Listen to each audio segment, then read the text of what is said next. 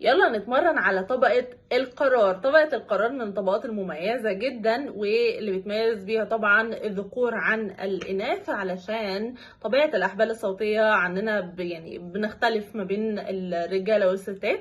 عند الرجالة الأحبال الصوتية بتكون أقصر مننا وسميكة أو سوري عريضة عننا، فبالتالي هي بتتميز بالرخامة أكتر. إنما إحنا ما شاء الله أحبالنا الصوتية طويلة ورفيعة، لساننا طويل، فبالتالي هو ده اللي بيسبب الفروقات، ان اغلب الرجاله صوتهم بيميل للدرجات العميقه، واحنا بنميل للطبقات الارفع شويه، صوتنا مسرسع شويه. فتعالوا ناخد يلا اول طبقه اللي هي طبقه القرار، بيطلع من الصدر. عاوزاكم وانتوا بتعملوا التمرين ده معايا تركزوا على لغه الجسد، عشان الناس اللي المنطقه دي مش بتاعتها، يعني مثلا لو في بنات بتتدرب على طبقه القرار بيبقى صعب عليها جدا ان هي تجيب الطبقه دي.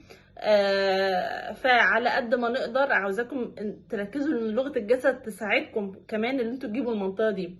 خدوا بالكم يلا. هو هو هتحس بذبذبه تحت ايدك، اهتزاز. طيب لو حصل انك مش حاسس باهتزاز ومش عارف تجيب الطبقه، اعملوا كانك غضبان من حد. هو بصوا غضب. هو هو هو هو. تمام. يلا بقى معايا ناخد عليها نسبة عليها ثبات على طبق شوية عشان تظبط معانا ان شاء الله. ها.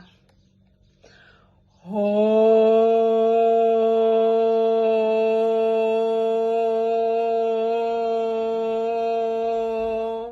برافو عليك لحد دلوقتي كويس جدا. هو.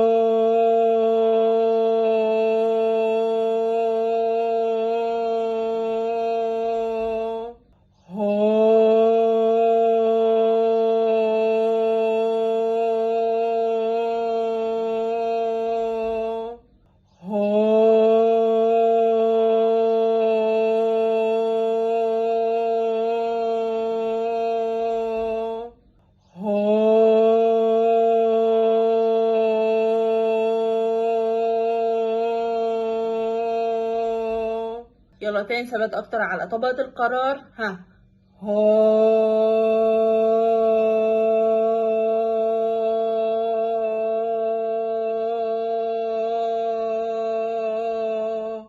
برافو عليك. خد بالك ان البداية تبقى زي النهاية، ما تجيش مثلا وتلاقيها فلتت منك. ركز ان الصوت يطلع من نفس المنطقة ويفضل ثابت عليها. يلا تاني.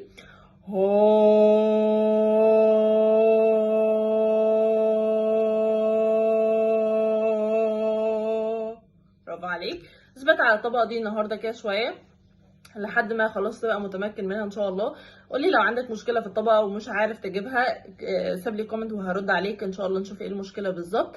ولو عرفت تجيب الطبقه قولي مدى الاستفاده اللي انت حسيت بيها، وحسيت ان انت قادر تغير في صوتك ولا لا. متنساش تشوف باقي الفيديوز الخاصه بسلسله تحسين الصوت وتغيير الطبقات، ان شاء الله هتفيدك سواء انت بتحسن صوتك في العموم او بتشتغل في حاجه زي الفويس اوفر او التعليق الصوتي، هيكون مفيد جدا ليك. ولو وصلت لحد هنا فشكرا جدا ليك، ما تنساش اللايك والشير. انا كنت عايده مدربه التعليق الصوتي. باي باي.